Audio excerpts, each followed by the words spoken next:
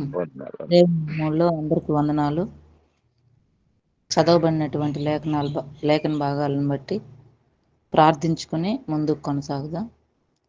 కృపాసక్తి సంపూర్ణుడైనటువంటి నా గొప్ప తండ్రి, అయా నీ పాదాలకు వందనాలు, స్తుతులు, స్తోత్రాలు సమర్పించుకుంటూ ఉన్నాం తండ్రి. ఈ సమయాన్ని మాకు ఇచ్చినందుకు వందనాలు ప్రభువా.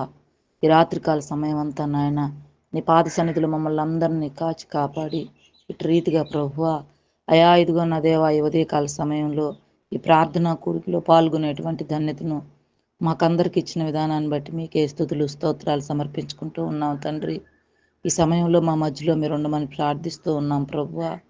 అయా ఇదిగో నా తండ్రి, నీ యందు నమ్మకం కలిగి విశ్వాసం కలిగి ముందుకు కొనసాగేటువంటి జనాంగంలో మేము కూడా ఉండుటకు సహాయం దయచేయమని, వినగలిగినటువంటి చెవుల్ని, గ్రహించగలిగినటువంటి మనస్సును మాకు అందరికి దయచేసి ముందుకు నడిపించమని ప్రార్థిస్తూ, అయా నన్ను జ్ఞాపకం చేసుకోండి ప్రభువా. అయా నా తెలివి నా జ్ఞానం వ్యర్థం నాయన. అయా ఇదిగో నా తండ్రి అవి వేటికి పనికిరానటువంటివి. అయా నీ తెలివితో అయా నీ జ్ఞానంతో ముందుకు నడిపించమని ప్రార్థిస్తూ ఉన్నాం తండ్రి. లేఖనాలను వివరించటకు నేనే పాటిదాన్ని దేవా. అటు అర్హత లేనటువంటి మమ్మల్ని అందరినీ నాయన మీరు మిక్కిలిగా ప్రేమించి మాకు ఇచ్చినటువంటి ధన్యతను బట్టి వందనాలు సమర్పించుకుంటూ, ఈ సమయంలో మీరు మా మధ్యలో ఉండి మొదటి నుంచి చివరి వరకు మీరు అధ్యక్షత వహించి ముందుకు నడిపించి మీరే మహిమ పొందుకోమని యేసుక్రీస్తు నామంలో అడిగి వేడుకొని ప్రార్థిస్తున్నాను పరమ తండ్రి. ఆమేన్. ఆమేన్. ఆమేన్. ఆమేన్. ఆమేన్. ప్రియమైనటువంటి దేవుని ఈ యొక్క ఉదయకాల సమయంలో దేవుడు మనకిచ్చినటువంటి లేఖనాలను గమనించినట్లయితే ఈ యొక్క సారాంశం ఏమంటే పిలుపు అనే విషయాన్ని మనం గమనిస్తే ఈ యొక్క పిలుపు అనేది రకరకాలుగా ఈ లోకపరమైనటువంటి పిలుపులు చాలా ఉంటాయి. ఆ యొక్క పిలుపు కొరకు మనం కొన్నిసార్లు వేచి ఉంటాం. ఎప్పుడు పిలుస్తారా వెళ్దామా అని వేచి ఉంటాం అన్నమాట. అలాగున ఎన్నో మార్లు మన జీవితాల్లో జరుగుతూ ఉంటుంది. మనం ఒక అధికారిని కలవడానికి వెళ్ళినప్పుడు మనం కొంత సమయాన్ని వృధా పరుస్తూ ఉంటాం. అంటే వాళ్ళు మనల్ని ఆగమంటారు, వెంటనే మనకు అనుమతి రాదన్నమాట. కాబట్టి అప్పుడు ఏం చేస్తామంటే మనం వారు పిలిచేంత వరకు అక్కడే ఎదురు చూస్తూ ఉండిపోతూ ఉంటాం. ఎంత సమయం అయినా అక్కడ వేస్ట్ అయినా కూడా మనం పట్టించుకోం. ఎందుకంటే వారు ఎప్పుడు పిలుస్తారా అనేటువంటి ఆలోచనతో మనం అక్కడే ఆగిపోయి ఉంటాం. ప్రియా దేవుని సంగమా, అప్పుడు వారు పిలిచినప్పుడు మనం వెళ్ళాలన్నమాట. ఆ విధంగా లోకపరమైనటువంటి పిలుపులు ఎన్నో ఉంటూ ఉంటాయి. అప్పుడు వాటి కొరకు మనం ఎంతో ఎదురుచూపులతో మన యొక్క ఆ యొక్క సమయాన్ని గడుపుతూ ఉంటాం అన్నమాట. ప్రియా దేవుని సంగమా, అలాగనే దేవుని దృష్టిలో కూడా కొన్ని పిలుపులు ఉంటాయి. వాటి కోసం కూడా మనం ఏం చేయాలంటే లోకపరమైనటువంటి పిలుపుల కోసం ఏలాగునైతే ఎదురు చూస్తూ ఉంటామో అలాగునే దేవుని దగ్గర నుంచి వచ్చేటువంటి పిలుపు కొరకు కూడా ఎదురు చూడాలంట. కానీ ఒక్కొక్కసారి ఏం జరుగుతుందంటే ప్రియా దేవుని సంగమా, పిలిచినప్పుడు మనం వెళ్ళలేనటువంటి స్థితిలో మన జీవితాలు ఉండిపోతూ ఉన్నాయి. ఆ పిలుపుకు లోబడినటువంటి స్థితిలో మన జీవితాలు ఉంటున్నాయన్నమాట. అలా ఉండడం వల్ల మనం ఎంతో ఆశీర్వాదాన్ని కోల్పోతూ ఉంటున్నాం. ఎంతో ఆ దేవుడిచ్చేటువంటి ఆ యొక్క గొప్ప అవకాశాన్ని మనం అందిపుచ్చుకోలేనటువంటి స్థితిలో మన జీవితాలు ఉండిపోతూ ఉన్నాయి. దానికి ఉదాహరణగా మనకు బైబిల్లో అనేకుల్ని దేవుడు మనకు చూపిస్తూ ఉన్నాడు. అలా పిలిచినప్పుడు వెళ్లకుండా ఆ మార్గాన్ని వదిలి వేరే మార్గంలో వెళ్ళేటువంటి వ్యక్తులు ఉన్నారు. వాళ్ళు పొందినటువంటి శ్రమలు మన యొక్క జీవితానికి ఒక ఉదాహరణగా కనబడుతూ ఉన్నాయన్నమాట. అలాగే ఆయన పిలుపు కోసం ఎదురు చూస్తూ ఆ యొక్క సమయంలో వాళ్ళు అక్కడ లేకుండా ఆశీర్వాదాన్ని కోల్పోయినటువంటి ప్రజలు కూడా, లేదా భక్తులు కూడా మనకు బైబిల్లో ఉన్నారన్నమాట. ప్రియా దేవుని సంగమా, ఆ ఎదురుచూపులో లోకపరమైనటువంటి ఎదురుచూపులో మనం ఎలాగునైతే ఎదురు చూస్తూ సమయాన్ని గడుపుతూ ఉంటామో అలాగనే దేవుని యొక్క పిలుపు కోసం కూడా మనము ఎదురు చూడాలని ఉదయకాల సమయంలో దేవుడు మనతో మాట్లాడుతూ ఉన్నాడు. ముందుగా ఈ యొక్క దేవుడు ఏమని సెలవిస్తున్నాడు దాన్ని ఆలకించి ఆ పిలుపుకి ఒబే అయ్యి దాన్ని ఫాలో అయినటువంటి వ్యక్తుల్ని మనం గమనిస్తే వారు ఆశీర్వదించబడ్డారు. వారు మేళ్ళు పొందుకున్నారు. వాళ్ళు శ్రమలోంచి వాళ్ళు పక్కకి వచ్చి బహుగా ఫలించినటువంటి జనాంగంగా ఉన్నారు. ప్రియా దేవుని సంగమా, అలాగనే మనం గమనించినట్లయితే 10 మంది స్త్రీలను గమనించినప్పుడు వారిలో కొద్దిమంది ఆశీర్వదించబడ్డారు, కొద్దిమంది త్రోసివేయబడ్డారు. ప్రియా దేవుని సంగమా, కొంతమంది స్త్రీలు దివిటీలు పట్టుకొని పెళ్లి కుమారుడు కొరకు ఎదురు చూస్తూ ఉన్నారు. మిగతా స్త్రీలు కూడా అలాగనే ఎదురు చూస్తూ ఉన్నారు. ఇద్దరూ ఒక గుంపుగా, ఒక 2 గుంపులుగా చేరి అలాగున పెళ్లి కుమారుడు కొరకు ఎదురు చూస్తూ ఉన్నారు. అంటే దేవుని యొక్క పిలుపు కొరకు వాళ్ళు ఎదురు చూస్తూ ఉన్నారు. ప్రియా దేవుని సంగమా, అక్కడ ఏం జరిగింది? కొంతమంది స్త్రీలు యొక్క వారి యొక్క నూనె అయిపోయింది. ఇంకా యొక్క ద్వీపాలు వెలగవు అన్నమాట. అవి ఆరిపోయేటువంటి స్థితిలో ఉన్నాయి. ప్రియా దేవుని సంగమా, కొంతమంది స్త్రీల యొక్క దీపాలు వెలుగుతూ ఉన్నాయి. అవి వాళ్ళు ఆ యొక్క సమయానికి కావాల్సినటువంటి వాటిని సమృద్ధి పరుచుకొని సిద్ధపాటు కలిగి దేవుని యొక్క పిలుపు కోసం ఎదురు చూస్తూ ఉన్నారు. ప్రియా దేవుని సంగమా, మిగిలినటువంటి వారు ఇది సరిపోతుందిలే, వచ్చేంత వరకు మన దివిటీలు వెలుగుతాయిలే అనేటువంటి అపనమ్మకం వాడికి రాలేదన్నమాట. నమ్మకంతో వాళ్ళు ముందుకు కొనసాగుతున్నారు. సరిపోద్దులే అనుకోండి. ప్రియా దేవుని సంగమా, అలా కాదు, సిద్ధపాటు అన్నమాట. ఇక్కడ దేవుని పిలుపు ఉంది, ఆయన వస్తాడు, ఆయన రాకడ ఉంది, ఖచ్చితంగా పిలుస్తాడు అనేటువంటి నమ్మకం ఇద్దరికీ ఉంది. కానీ సిద్ధపాటు లేదు. ప్రియా దేవుని సంగమా, కొద్దిమందికి మాత్రమే సిద్ధపాటు ఉంది, కొద్దిమందికి సిద్ధపాటు లేకపోవడాన్ని మనం ఆ లేఖన భాగాల్లో గమనిస్తాం. ప్రియా దేవుని సంగమా, ఆ సమయం రానే వచ్చింది, దేవుని రాకడ రానే వచ్చింది. దేవుడు వచ్చాడు, పిలిచాడు. ఆ పిలుపుకు లోబడి వెళ్ళినటువంటి వారు కొద్దిమందే ఆశీర్వదించబడతారు. ప్రియా దేవుని సంగమా, మిగిలినటువంటి వారు కరెక్ట్గా ఆ సమయానికి వారిలో ఉన్నటువంటి వారి యొక్క దివిటీలకు ఉన్నటువంటి ఆ యొక్క నూనె అయిపోవడం వల్ల వారు ఆ ప్రాంతం వదిలిపెట్టి వేరే ప్రాంతానికి, అంటే పక్కకు వెళ్ళి దాన్ని తెచ్చుకోవాల్సిన సమయం వచ్చింది వాళ్ళకి. వాళ్ళు పక్కకు వెళ్ళిన సమయంలోనే పెళ్లి కుమారుడు రావడం జరిగింది. ఎవరైతే కరెక్ట్గా ఆ సమయంలో ఉన్నారో, ఎదురు చూస్తూ ఉన్నారో, అటు వారు మాత్రమే లోపలికి వెళ్ళగలిగినారు. మిగిలిన వారు లోపలికి వెళ్ళలేకపోయారు. ప్రియా దేవుని సంగమా, ఇటు రీతిగా ఎవరైతే పిలుపుకు లోబడి దాని కొరకు ఎదురు చూస్తూ వారు ముందుకు కొనసాగుతూ ఉంటారో అట్టి వారు మాత్రమే ఆ యొక్క విందులోకి వారు పాల్గొనగలిగారు, ఆ విందులోకి వెళ్ళగలిగారు. ప్రియా దేవుని సంగమా, మిగిలినటువంటి వారు వెళ్ళలేకపోయారు. ఇక్కడ మనం గమనించినట్లయితే ప్రియా దేవుని సంగమా, నా జీవితాలు అలాగే ఉన్నాయి. అలాంటి జీవితాలను మనం కలిగి ఉంటున్నాం ఈ రోజుల్లో. ప్రియా దేవుని సంగమా, మనం దేవుని యొక్క మాటను వింటూ ఉంటాం. ఎంతోమంది పరిచారకులు చెప్పేటువంటి, దేవుని సేవకులు చెప్పేటువంటి మాటలు వింటూ ఉంటాం, ఆలకిస్తూ ఉంటాం. వాటిని అమలుపరచలేకపోతూ ఉన్నాం. వాటిని ఆలకించి వాటిని ఎదురు చూస్తూ మనం ఉండలేకపోతూ ఉన్నాం. తొందర, నాకు ఇంకా రాలేదు, నాకు ఇంకా ఆశీర్వాదం రాలేదు, నాకు ఇంకా నేను అనుకున్నవి నేను సాధించలేకపోతున్నాను, దేవుడు నాకు ఇవ్వట్లేదు అని మనం తొందరపడుతూ ఉంటాము.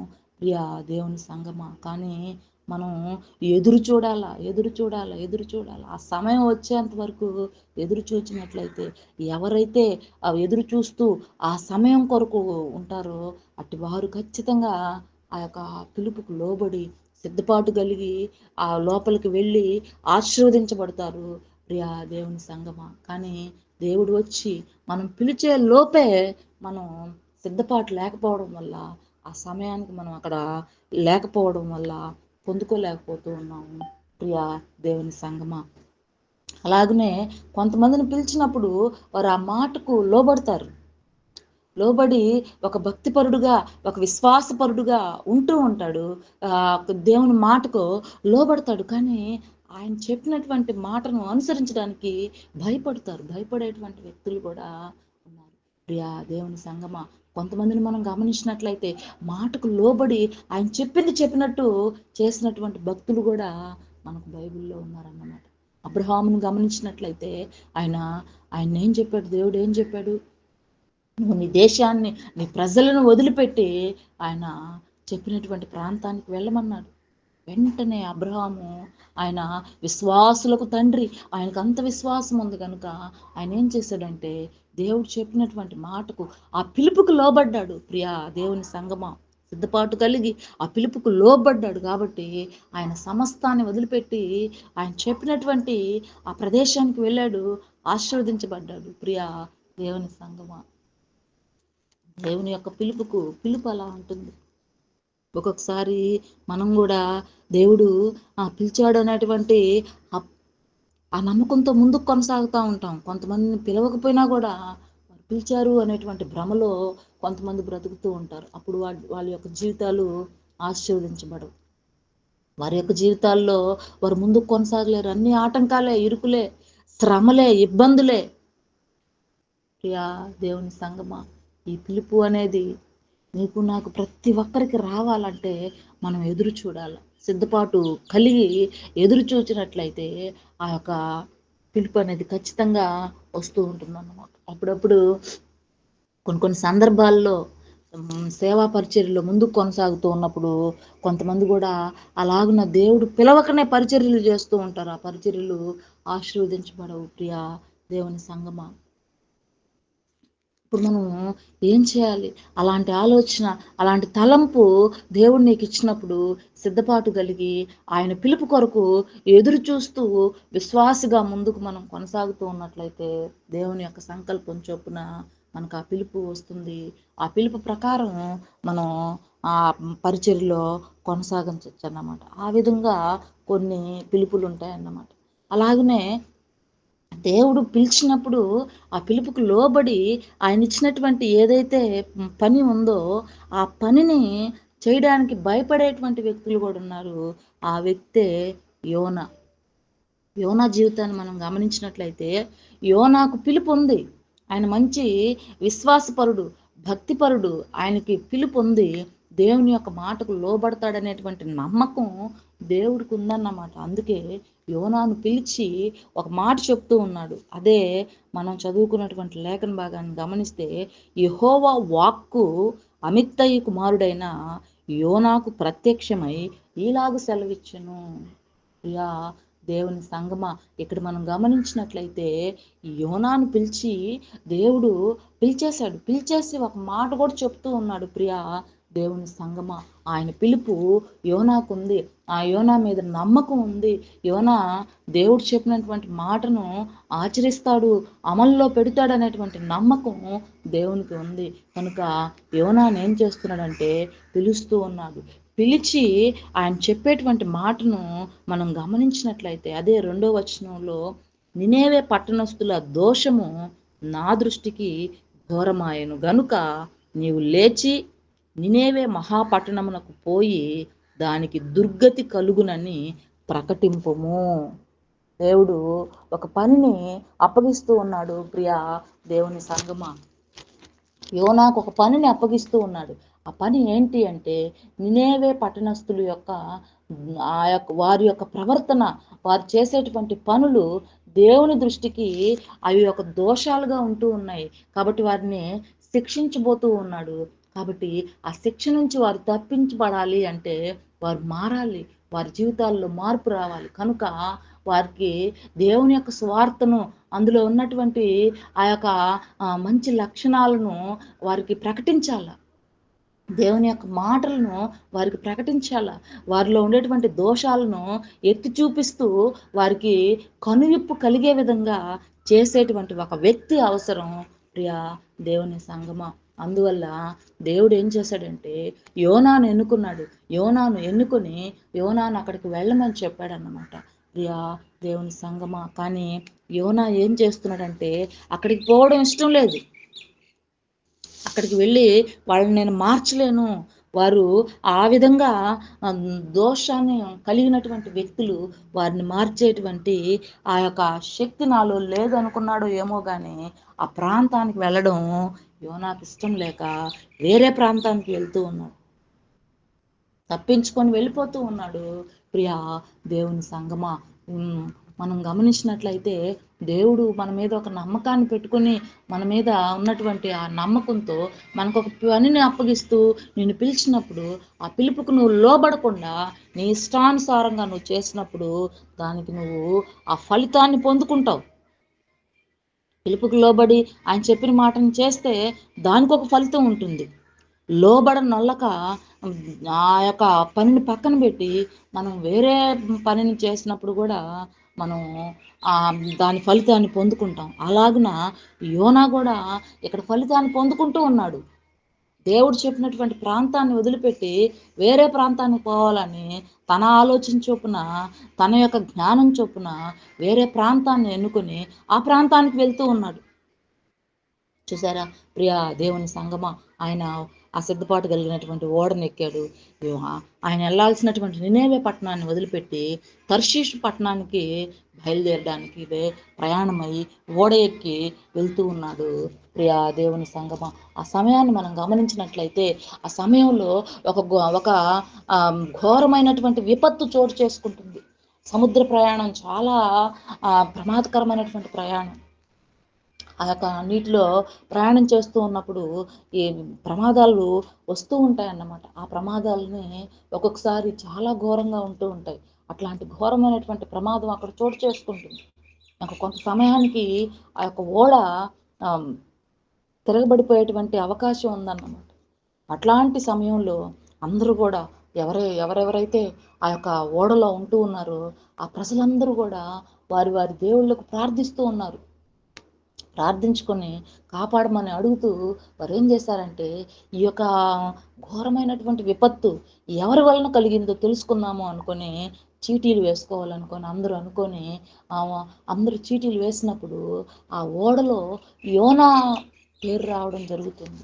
ప్రియా దేవుని సంగమా, ఇతను ఎక్కడున్నాడు, యోనా అనేటువంటి వ్యక్తి ఎక్కడున్నాడని గమనిస్తే ఆయన ఎక్కడో కింది భాగంలో ప్రశాంతంగా పడుకొని నిద్రపోతూ ఉన్నాడు.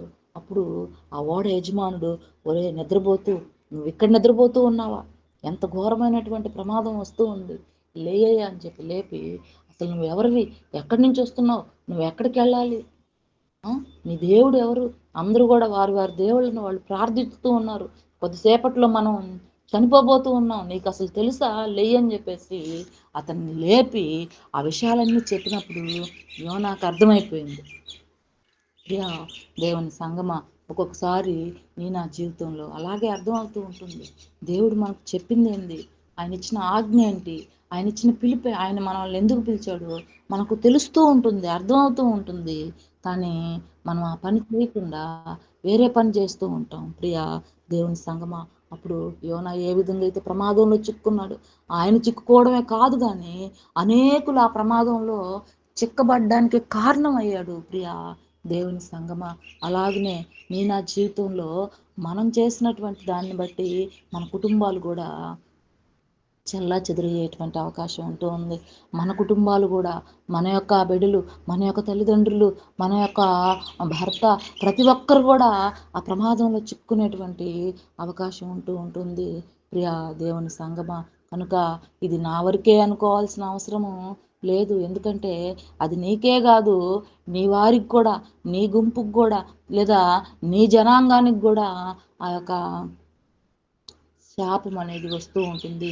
ప్రియా దేవుని సంగమా, కనుక ఇక్కడ మనం గమనించినట్లయితే యోనాను అక్కడనే శ్రమ పెట్టట్లేదు, యోనాతో ఉన్న వారిని అందరిని కూడా అక్కడ శ్రమ అనేది వచ్చేసింది. ప్రియా దేవుని సంగమా, అప్పుడు యోనా ఆ యొక్క సమయంలో ఆయనకు అర్థమైపోయింది, ఇది నా వల్లే జరుగుతూ ఉంది అని గుర్తుపట్టి ఆయన ఏం చేశాడంటే, మీరు నన్ను ఈ యొక్క సముద్రంలో పడేయండి, నన్ను ఎత్తి సముద్రంలో వేసేసింది, మీరందరూ క్షేమంగా ఉంటారని చెప్పి వారికి చెప్పడం జరుగుతుంది.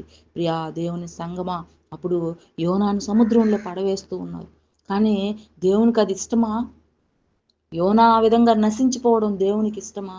లేదు. ప్రియా దేవుని సంగమా, నీ మీద పెట్టుకున్నటువంటి నమ్మకం, నీ మీద పెట్టుకున్నటువంటి ఆ యొక్క విశ్వాసం అనేది ఎలాంటిది అంటే చాలా గట్టిది. యా దేవుని సంగమా, దేవుడు నిన్ను నన్ను ఏర్పరచుకున్నటువంటి సంకల్పం అంత గట్టిదన్నమాట, అంత నమ్మకం అంత ఉంటుందన్నమాట. ప్రియా దేవుని సంగమా, కాబట్టి యోనా ఆ విధంగా నశించిపోవడం దేవునికి ఇష్టం లేదు. ఎలాగైనా యోనాగా యోనాకి ఏ పనినైతే దేవుడు ఇచ్చాడో, ఏ పిలుపు కోసం అయితే యోనాని దేవుడు పిలిచాడో అది జరగాలి ఖచ్చితంగా. అది దేవుని యొక్క నిర్ణయం. మనం అలాగనే మొదట పిలిచినటువంటి పిలుపుకు లోబడి, ఆ పిలుపు ఎలాంటి పిలుపో దాన్ని గుర్తెరిగి దానికి తగినట్టుగా చేసి మనకు ఒక మాదిరికరమైనటువంటి జీవితం చూపించినటువంటి వ్యక్తి ఎవరు అంటే యేసుక్రీస్తు ప్రభువే. ఇంకా అంతకంటే మాదిరి మనకి ఎంతమంది బైబిల్లో ఉన్నటువంటి వారిని మనం గుర్తు చేసుకున్నా కూడా వ్యర్థమే. ఇంతకంటే మాదిరి మనకి ఎక్కడా లేదు. దేవుని సంగమా, యేసుక్రీస్తు ప్రభు తండ్రి యొక్క పిలుపుకు లోబడ్డాడు, తండ్రి యొక్క మాటను విన్నాడు. అందువల్లనే ఈ లోకంలో నా రూపంలో వచ్చి ఆయన శ్రమలు అనుభవించి మాదిరికరమైనటువంటి జీవితాన్ని మనకు చూపించి తండ్రి చిత్తాన్ని నెరవేర్చాడు. ప్రియా దేవుని సంగమా, మనం గమనించినట్లయితే అంతకంటే మాదిరి మనకు లేదు కదా. ప్రియా దేవుని సంగమా, దేవుడు తన తండ్రి ఏదైతే తనకు ఆజ్ఞాపించాడో ఆ పనిని సంపూర్ణంగా నిర్వర్తించి ఆయన మళ్ళీ తిరిగి సజీవుడిగా తన శిష్యులకు కనిపించి ఆయన ముందుకు కొనసాగాడు అన్నమాట. ప్రియా దేవుని సంగమా, ఇక్కడ మనం గమనించినట్లయితే యోనాని మనం ఉదాహరణగా తీసుకుంటూ మన జీవితాల్లో మనం అన్వయించుకుంటే, దేవుడు చెప్పినటువంటి ఆ యొక్క పనిని లేదా దేవుని యొక్క పిలుపుని ఆయన ధిక్కరించడం వల్ల ఆయన ప్రమాదంలో చిక్కుకున్నాడు, ఆ సమస్యలో చిక్కుకున్నాడు. తానే కాకుండా తన చుట్టూ ఉన్నటువంటి వారిని కూడా ఇరికించినటువంటి వ్యక్తిగా మనం యోనాని గమనించవచ్చు. యా దేవుని సంగమా, ఆ సమయంలో యోనా సముద్రంలో పడిపోయినప్పుడు కూడా దేవుడు ఏం చేస్తున్నాడంటే ఆయన కాపాడుతూ ఉన్నాడు. ఆయన కొరకు ఒక మత్స్యాన్ని ఏర్పరచుకున్నాడు. ఆ యొక్క మత్స్యం యొక్క కడుపులోకి యోనా వెళ్ళడం జరుగుతూ ఉంది. ప్రియా దేవుని సంగమా, ఇలా మనం గమనించినట్లయితే ఆ మత్స్యం కడుపులో ఉంటూ యోనా తిరిగి ఎక్కడికి కక్కివేయబడ్డాడు లేదా ఉమ్మివేయబడ్డాడు అంటే ఆయన వెళ్ళాల్సినటువంటి ఆ నినేవే పట్టణ ఆ యొక్క సరౌండింగ్స్లోకే ఈయన ఉమ్మివేయబడ్డాడు. ఆ తీర ప్రాంతంలోకే ఆయన ఉమ్మివేయబడ్డాడు. అంటే దేవుని యొక్క ఉద్దేశం ఖచ్చితంగా నెరవేర్చబడాలి. ఎప్పుడైతే అప్పుడు యోనా మనసు ఏమై ఉంటుంది, పశ్చాత్తాపడి ఉంటుంది. అయ్యో నేను దేవుడు చెప్పినటువంటి మాటను వినలేదే, అయ్యో నేను దేవుడు ఇచ్చినటువంటి ఆజ్ఞకు లోబడలేదే, లేకపోతే దేవుడు నన్ను పిలిచినటువంటి పిలుపుకు నేను లోబడలేదే అని యోనా పశ్చాత్తాపడి ఉంటాడు. ప్రియా దేవుని సంగమా, ఆ యొక్క మత్స్యం యొక్క కడుపులో యోనా ఏం చేస్తుంటాడో మనం గమనించినట్లయితే ప్రార్థన చేస్తుంటాడు. ఆయన ప్రార్థన చేస్తుంటాడు. నన్ను క్షమించమని ఆయన అడుగుంటాడు. ప్రియా దేవుని సంగమా, ఆ విధంగా వారు మిగిలినటువంటి వారికి ఎలాంటి శ్రమ రాకుండా మిగిలినటువంటి వారిని ఆయన కాపాడగలిగాడు. కాబట్టి 3 రోజులు మత్స్యం యొక్క కడుపులో ఉండుంటాడు యోనా, ఉన్నాడు. ప్రియా దేవుని సంగమా, అలా ఉన్నప్పుడు ఆయన ఎంతగానో ఆయన బాధపడుంటాడు. ఎంతగానో దేవుని యొక్క పాదాలు పట్టుకొని గోజారుకొని తిరిగి మళ్ళీ మత్స్యం యొక్క కడుపులో నుంచి బయటికి రావడం జరిగింది. ప్రియా దేవుని సంగమా, నా జీవితంలో ఇలాంటి పరిస్థితులు చోటు చేసుకొని ఉండొచ్చు. నా జీవితంలో ఆ విధంగా మనం బాధపడి ఉండొచ్చు. ప్రియా దేవుని సంగమా, మనం తిరిగి మళ్ళీ దేవుని యొక్క సన్నిధానానికి వచ్చి ఆయన పిలుపుకు లోబడి ఆయన చెప్పిన మాటను చేసేటువంటి బిడ్డగా యోనా అక్కడ ఉంటూ ఉన్నాడు.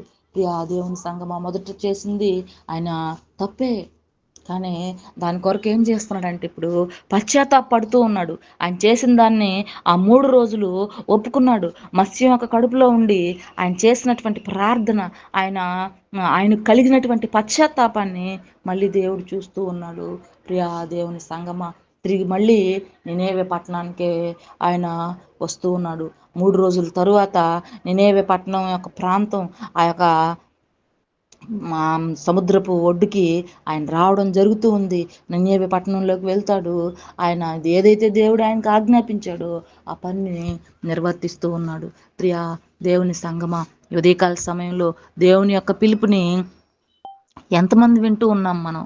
మనం నిజంగా దేవుని యొక్క పిలుపుకు లోబడుతూ ఉన్నామా? ఆ పిలుపు కొరకు ఎదురు చూస్తూ ఉన్నామా? ఆ పిలుపు కొరకు సిద్ధపాటు కలిగి ఉన్నామా లేమా అని ఈ ఉదయకాల సమయంలో మనల్ని మనం పరిశీలించుకుందాం. అనేక మార్లు దేవుని యొక్క పిలుపు కొరకు మనం వేచి ఉంటూ ఉన్నాం. కానీ కొన్ని కొన్ని సమయాల్లో ఏం చేస్తూ ఉన్నామంటే, మనం ఆ యొక్క పిలిచినటువంటి ఆ సమయంలో మనం ఉండలేకపోతూ ఉన్నాం. మనం ఏదో అవసరం నిమిత్తమయ్యి ఆ ప్రదేశాన్ని వదిలిపెట్టేటువంటి వారుగా మనం ఉంటూ ఉన్నాం. అప్పుడు ఎవరైతే ఆ పిలుపు కొరకు సిద్ధపాటు కలిగి ఎదురు చూస్తూ ఉన్నారో అటువారు మాత్రం ఆశీర్వదించబడుతూ ఉన్నారు. మిగిలినటువంటి వారు శ్రమల పాలవుతూ ఉన్నారు. ప్రియా దేవుని సంగమా, వారిని కూడా మనం గమనించాం.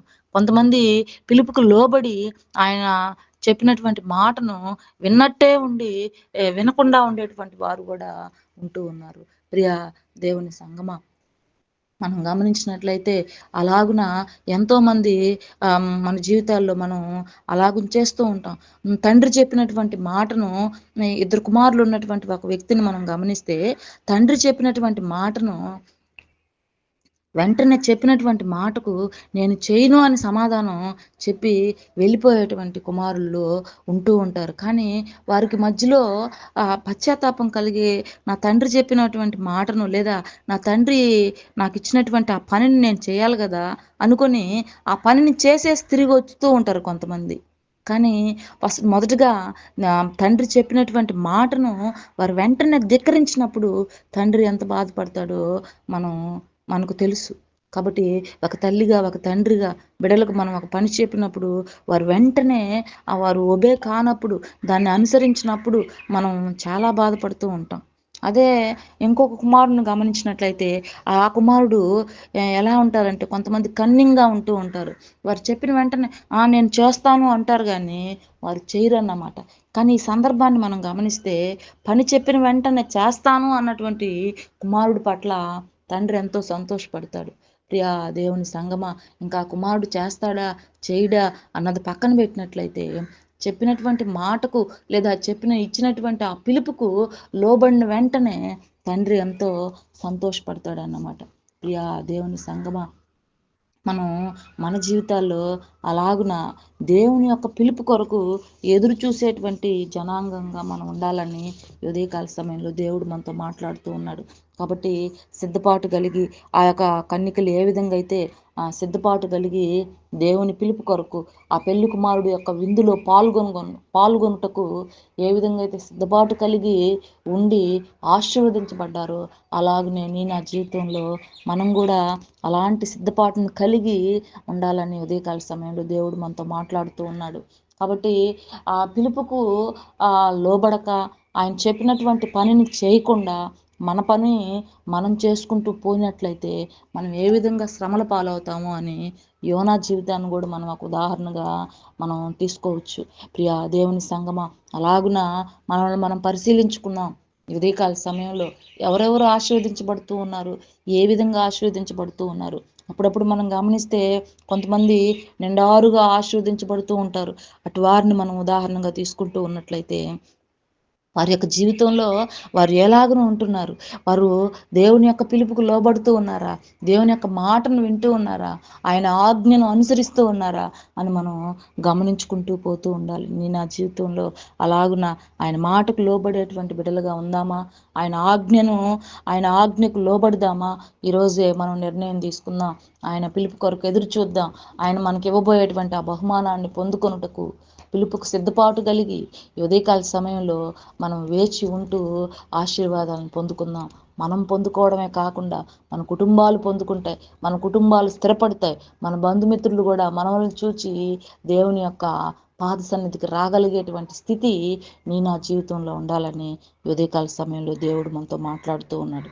ఆయన మనతో మాట్లాడినటువంటి లేఖన భాగాలు మనకు ఆశీర్వాదకరంగా ఉంటూ మనల్ని ముందుకు నడిపించే విధంగా ఉండాలని కోరుకుంటూ ఉదయకాల సమయంలో దేవుడు నాకు ఇచ్చినటువంటి సమయాన్ని బట్టి దేవునికి కృతజ్ఞతాస్తుతులు చెల్లించుకుంటూ ముగించుకుంటూ ఉన్నాను. ఆమేన్. ఈ యొక్క మైనటువంటి మాటల నిమిత్తమై ఒక్క మాట ప్రార్థించుకుని ముగించుకుందాం. పరిశుద్ధమైనటువంటి నా యొక్క గొప్ప తండ్రి, నీ పరిశుద్ధ పాదాలకు ఎనలేని స్తుతులు స్తోత్రాలు సమర్పించుకుంటూ ఉన్నాయా. అవును నా తండ్రి, నా జీవితంలో మా జీవితాల్లో అలాంటి పిలుపులు ఏవైతే ఉన్నాయో ఆ పిలుపులకు మేము లోబడుతున్నామా లేదా, నీ మాటకు లోబడుతున్నామా లేదా, నీ ఆజ్ఞకు లోబడుతున్నామా లేదా, మమ్మల్ని మేము పరిశీలించుకొని నాయన అటు జీవితాన్ని పొందుకున్నట్టుకు సహాయం దయచేయమని ప్రార్థిస్తూ ఉన్నాం. యోనా జీవితంలో పొందుకున్నటువంటి శ్రమను మేము పొందుకొనక నీ మాటకు లోబడేటువంటి బిడలుగా మేము ఉన్నట్టుకు సహాయం దయచేయమని ఉదయకాల సమయంలో మీరు ఇచ్చినటువంటి లేఖన భాగాలను బట్టి మీకే స్తుతులు స్తోత్రాలు సమర్పించుకుంటూ నీకే అర్పించుకుంటున్నాను తండ్రి. ఆమెన్.